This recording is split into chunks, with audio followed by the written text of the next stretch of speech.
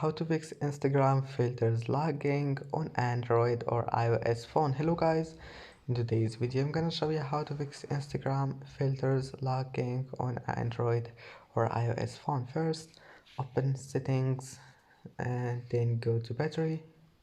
And now if you found here performance mode, just allow it, and or you can just disable power saving mode and then go back, go to Play Store and make sure your Instagram is updated. Maybe you'll find here update, then click on it and your problem will be fixed.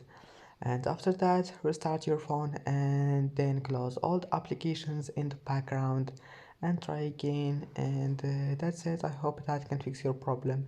And that's it for today's video. Don't forget to like and don't forget to subscribe, and see you in the next video.